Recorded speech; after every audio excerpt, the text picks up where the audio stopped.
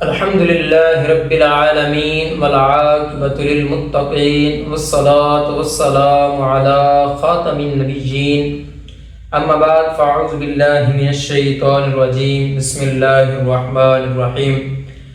ناظرین و حاضرین، آج ہم انشاءاللہ العزیز تقلید شخصی کے بارے میں بات کریں گے کہ تقلید شخصی کیا چیز ہے۔ حضرت سیدنا ابو موسیٰ اشعری رضی اللہ تعالیٰ عنہ نے حضرت ابن مسعود رضی اللہ تعالیٰ عنہ کے بارے میں بیان فرمایا کہ جب تک یہ علامہ تم میں موجود ہے مجھ سے مسائل نہ پوچھو۔ اس سے معلوم ہوتا ہے کہ افضل کے ہوتے ہوئے مفضول کی اطاعت نہیں کرنی چاہیے۔ فتح قدیر میں بیان کیا جاتا ہے کہ جو شخص مسلمانوں کی حکومت کا مالک ہوا اور پھر ان کو کسی پر حاکم بنا دیا گیا اور وہ یہ جانتا ہے کہ مجھ سے بہتر کوئی بندہ قرآن و حدیث کو جاننے والا ہے، تو فرمایا کہ اس نے اللہ، اس کے رسول اور عام مومنین سے خیانت کی ہے۔ مشکات شریف میں بیان کیا جاتا ہے کہ جو بندہ بغیر بیعت کے مر جائے تو فرمایا کہ یہ جہالت کی موت مرا ہے۔ تو اب جو تقلید شخصی ہے یہ عرب و عجم میں یہ سلسلہ جاری ہے، یہ شروع سے چلتا آ رہا ہے۔ بہت سارے لوگ ایسے ہیں کہ جو تقلید نہیں کرتے۔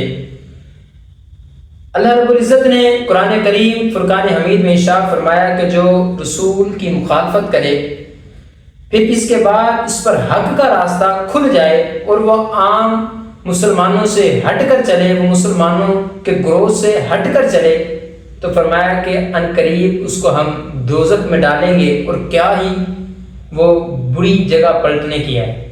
تو اب اس آیت سے بھی معلوم ہوتا ہے کہ جو مسلمانوں کے گروہ سے الگ ہو کر چلے اللہ رب العزت اس کو جہنم میں داخل فرمائے گا۔ مشکات شریف کی حدیث پاک ہے اتبعوا السواد الاعظم فانه من شذ فی النار، فرمایا کہ بڑے گروہ کی پیروی کرو کیونکہ جو جماعت مسلمین سے علیحدہ رہا اللہ تبارک و تعالیٰ اس کو جہنم میں اکیلے پھینکے گا، وہ الگ ہو کر جہنم میں داخل ہوگا۔ تو اب ہمیں چاہیے کہ سواد اعظم کے ساتھ مل جائیں۔ سواد اعظم کون لوگ ہیں؟ وہ اہل سنت و جماعت ہیں۔ کیوں؟ کیونکہ جو حنفی ہیں، اسی طرح مالکی ہیں، شافعی ہیں، حنبلی ہیں، یہ اہل سنت و جماعت ہی ہیں اور یہ سواد اعظم ہی ہیں۔ تو ہمیں بھی چاہیے کہ ہم ان لوگوں کے ساتھ، ان کے گروہ میں مل جائیں کہ جب جنت میں جائیں تو ان کے ساتھ پیارے آقا صلی اللہ تعالی وسلم کے پیچھے پیچھے جنت میں داخل ہو جائیں۔